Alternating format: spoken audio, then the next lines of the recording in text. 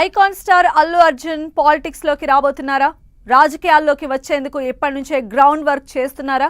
తమిళనాడు మోడల్లో ఇక్కడ కూడా యాక్షన్ ప్లాన్ స్టార్ట్ అయిందా? అంటే సోషల్ మీడియా టాక్ నిజమే అంటోంది.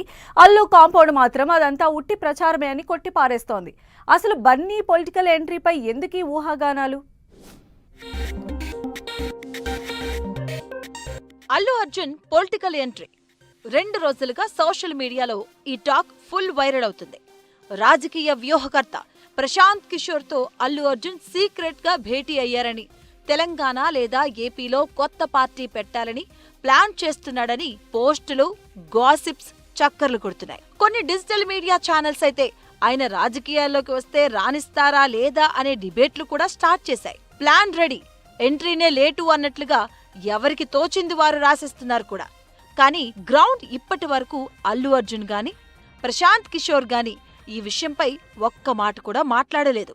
అధికారికంగా ఎలాంటి కన్ఫర్మేషన్ లేకపోవడంతో ఇదంతా సోషల్ మీడియా క్రియేట్ చేసిన హైప్ మాత్రమేనని అంటున్నారు. ఇంకా ఇంట్రెస్టింగ్ పాయింట్ ఏంటంటే, తమిళనాడులో హీరో విజయ్ రాజకీయాల్లోకి ఎంట్రీ ఇచ్చిన తర్వాత అదే మోడల్ను తెలుగు స్టార్లకు అప్లై చేస్తూ కొందరు సోషల్ మీడియాలో స్టోరీస్ క్రియేట్ చేస్తున్నారు. అల్లు అర్జున్ మామ కంచర్ల చంద్రశేఖర్ రెడ్డి బ్యాక్ ఎండ్ లో ఉండి బన్నీ పొలిటికల్ ఎంట్రీకి లైన్ క్లియర్ చేస్తున్నారన్న టాక్ నడుస్తుంది. ముందుగా స్ట్రాటజీ సెట్ చేసి తర్వాత అల్లు అర్జున్ ను ఫీల్డ్ లోకి దించే ప్లాన్ చేస్తున్నాడని గాసిప్స్ స్ప్రెడ్ అవుతున్నాయి.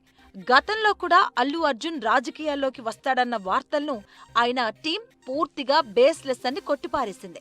ఇప్పుడు మరోసారి బన్నీ పొలిటికల్ ఎంట్రీపై జరుగుతున్న ప్రచారానికి లీడ్ ఏంటో తెలియదు కానీ ఇది నెట్టింట ట్రెండింగ్ టాపిక్ గా నడుస్తుంది.